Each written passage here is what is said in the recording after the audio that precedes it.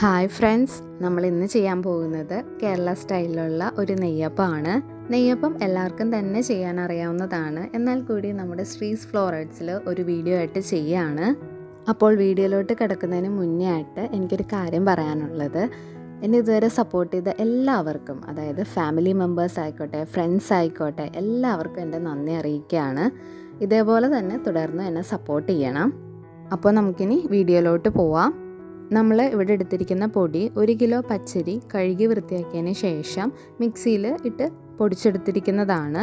ഈ ഒരു പൊടി നമ്മുടെ പുട്ടിനൊക്കെ എടുക്കുന്ന പൊടിയുടെ ഏകദേശം ആ ഒരു പരുവത്തിലാണ് വേണ്ടത്. ഇതൊരു 3/4 കിലോളം ശർക്കര ഉരുക്കിയതിന് ശേഷം നല്ലപോലെ അരിച്ചെടുത്ത് വെച്ചിരിക്കുന്നതാണ്. ഇതിൻ്റെ ഒരളവ് എന്ന് പറയുന്നത് 1 കിലോ പൊടിക്ക് 3/4 കിലോ ശർക്കര, 2 ടേബിൾ സ്പൂൺ മൈദ, ഇത് കുറച്ച് തേങ്ങാക്കൊത്ത് ചെറുതായിട്ട് അരിഞ്ഞിട്ട് നെയ്യിലിട്ട് വറുത്തെടുത്തിരിക്കുന്നതാണ്. നിങ്ങൾക്ക് വേണമെങ്കിൽ തേങ്ങാക്കൊത്തിൻ്റെ അളവ് കൂട്ടാം. ഞാനിപ്പോൾ ഇവിടെ ഇത്രത്തോളമാണ് എടുത്തിരിക്കുന്നത്. പിന്നെ നമുക്ക് വേണ്ടത് എള്ളാണ്. എള്ള് ഞാനൊരു 2 ടേബിൾ സ്പൂണിലും കൂടുതൽ എടുത്തിട്ടുണ്ട്.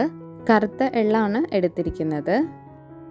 പിന്നെ നമുക്ക് വേണ്ടത് 12-15 ഏലക്ക തൊലി കളഞ്ഞിട്ടാണ് എടുത്തിരിക്കുന്നത്. അതോടൊപ്പം 1 ടീസ്പൂൺ ജീരകവും, പിന്നെ നമ്മൾ ഇതിൽ എക്സ്ട്രാ ആയിട്ട് ചേർക്കുന്നത് ഒരു ചെറിയ കഷ്ണം ചുക്കും ഒരു ചെറിയ കഷ്ണം കറുകപ്പട്ടയാണ് ചേർക്കുന്നത്.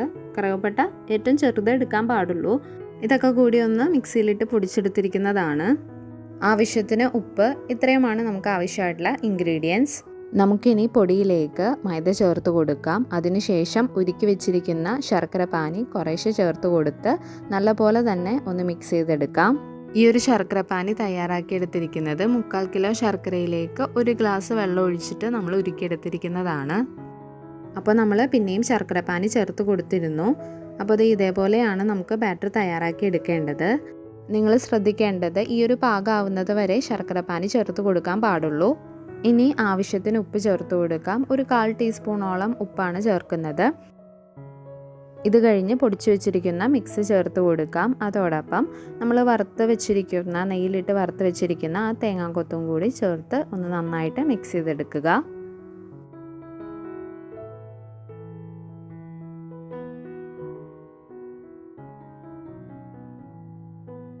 ഒന്ന് നന്നായി മിക്സ് ചെയ്തതിന് ശേഷം എള്ളും കൂടി ചേർത്തൊന്ന് യോജിപ്പിച്ചെടുക്കാം. അപ്പോൾ ഇതേ നമ്മൾ മിക്സ് ചെയ്ത് കഴിഞ്ഞിട്ടുണ്ട്. ഇനി നമുക്ക് ഈ ഒരു മാവ് കുറഞ്ഞത് 2 മണിക്കൂറെങ്കിലും ഒന്ന് മൂടി വയ്ക്കാം. ഇതേ ഇവിടെ 2 മണിക്കൂർ കഴിഞ്ഞിട്ടുണ്ട്. ഈ ഒരു 2 മണിക്കൂറെങ്കിലും മാവ് ഇങ്ങനെ വെച്ചാൽ മാത്രമേ നമ്മുടെ നെയ്യപ്പം നല്ല കറക്റ്റായിട്ട് കിട്ടത്തുള്ളൂ. പിന്നെ നമ്മൾ പ്രത്യേകം ശ്രദ്ധിക്കേണ്ട ഒരു കാര്യം, ഈ ഒരു മാവിന് ഈ ഒരു കൺസിസ്റ്റൻസിയാണ് ഉണ്ടായിരിക്കേണ്ടത്. നമ്മൾ ശർക്കര പാനി ചേർക്കുമ്പോൾ അത് പ്രത്യേകം ഒന്ന് ശ്രദ്ധിക്കണം. അപ്പോൾ നമുക്കിനി നെയ്യപ്പം ചുട്ടെടുക്കാനായിട്ട് ഒരു ഇരുമ്പിൻ്റെ ചീനച്ചട്ടി ഞാൻ അടുപ്പത്ത് വെച്ചിട്ടുണ്ട്. അതിലേക്ക് ഓയിൽ ഒഴിച്ചു കൊടുക്കാം. ഞാനിവിടെ സൺഫ്ലവർ ഓയിലാണ് എടുത്തിരിക്കുന്നത്. നിങ്ങൾക്ക് വെളിച്ചെണ്ണയിൽ ചെയ്തെടുക്കാനാണ് ഇഷ്ടമെങ്കിൽ അങ്ങനെ ചെയ്തെടുക്കാം. അപ്പോഴാണ് ആ ഒരു നാടൻ ടേസ്റ്റിൽ നമുക്ക് കിട്ടുള്ളൂ. അത്യാവശ്യം നെയ്യപ്പം ചുട്ടെടുക്കാനായിട്ടുള്ള ഓയിൽ നമ്മൾ ഒഴിച്ചു കൊടുത്തിട്ടുണ്ട്. എണ്ണ നല്ലപോലെ ചൂടായതിന് ശേഷം മാത്രമേ മാവ് ഒഴിച്ചു കൊടുക്കാൻ പാടുള്ളൂ. നമ്മൾ മീഡിയം ഫ്ലെയിമിൽ ഇട്ടിട്ടാണ് എണ്ണ ചൂടാക്കുന്നത്. എണ്ണ നല്ലപോലെ ചൂടായിട്ടുണ്ട്. ഇനി നമുക്ക് ഒരു തവി മാവ് ഒഴിച്ചു കൊടുക്കാം. മാവ് ഒഴിച്ചു കൊടുക്കുമ്പോൾ ഇതേപോലെ നേരെ തന്നെ ഒഴിച്ചു കൊടുക്കാനായിട്ട് ശ്രദ്ധിക്കുക. എണ്ണയ്ക്ക് നല്ല ചൂടുണ്ടെങ്കിൽ മാത്രമേ ആ ഒരു മാവ് ഒഴിച്ചു കഴിയുമ്പോൾ നല്ലപോലെ പൊങ്ങി വരുള്ളൂ. അപ്പോൾ നന്നായിട്ട് പൊങ്ങി കഴിയുമ്പോഴേക്കും നമുക്ക് ലോ ഫ്ലെയിമിലോട്ട് മാറ്റണം. ഇല്ലെങ്കിൽ ആ ഒരു മേൽഭാഗം വേഗം മുരിഞ്ഞു വരെയും അകം വേവാതെയും ഇരിക്കും. അതുകൊണ്ടാണ് ഇങ്ങനെ മീഡിയം ഫ്ലെയിമിൽ നിന്ന് ലോ ഫ്ലെയിമിലോട്ട് മാറ്റണം എന്ന് പറയുന്നത്. നെയ്യപ്പം നല്ലപോലെ തന്നെ പൊങ്ങി വന്നിട്ടുണ്ട്. എന്നിട്ട് നമുക്കിതൊരു 5-10 സെക്കൻഡ് ഇങ്ങനെ തന്നെ ഇട്ട് കൊടുക്കാം. അല്ലെങ്കിൽ നിങ്ങൾക്ക് വേണമെങ്കിൽ ഒരു സ്പൂൺ ഉപയോഗിച്ചിട്ട് ഇങ്ങനെ എണ്ണ ഇതിന് മുകളിലേക്ക് കോരി ഒഴിക്കാവുന്നതാണ്. ഇതിന് ശേഷം നമുക്കൊന്ന് മറിച്ചിട്ട് കൊടുക്കാം. ഇങ്ങനെ തിരിച്ച് മറിച്ചിട്ട് ഒരു ഗോൾഡൻ ബ്രൗൺ കളർ ആവുന്നത് വരെ നമുക്കിതൊന്ന് കുക്ക് ചെയ്തെടുക്കണം.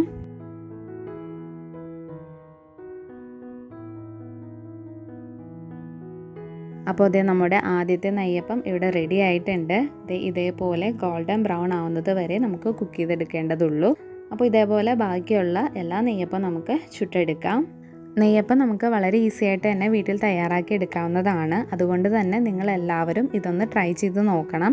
എന്നിട്ട് നിങ്ങൾക്ക് ഈ വീഡിയോ ഇഷ്ടമായെങ്കിൽ ലൈക്ക് ചെയ്യാനും ഷെയർ ചെയ്യാനും മറക്കരുതേ. എൻ്റെ വീഡിയോ ആദ്യമായിട്ട് കാണുന്നവരുണ്ടെങ്കിൽ ഒന്ന് സബ്സ്ക്രൈബ് ചെയ്ത് എന്നെ സപ്പോർട്ട് ചെയ്യണം. നമ്മുടെ വീഡിയോസ് സബ്സ്ക്രൈബ് ചെയ്യാതെ കാണുന്നവരും ഉണ്ട്. അവരും കൂടി ഒന്ന് സബ്സ്ക്രൈബ് ചെയ്ത് സപ്പോർട്ട് ചെയ്താൽ വളരെ ഉപകാരമായിരിക്കും. അതുപോലെ നിങ്ങളുടെ ഫ്രണ്ട്സ് ആൻഡ് ഫാമിലി മെമ്പേഴ്സിനും കൂടി ഈ വീഡിയോ അല്ലെങ്കിൽ ഈ ചാനൽ ഒന്ന് ഷെയർ ചെയ്ത് കൂടി കൊടുക്കാനായിട്ട് മറക്കരുതേ. അപ്പോൾ നല്ലൊരു വീഡിയോയുമായി മറ്റൊരു ദിവസം കാണാം. Take care and bye bye.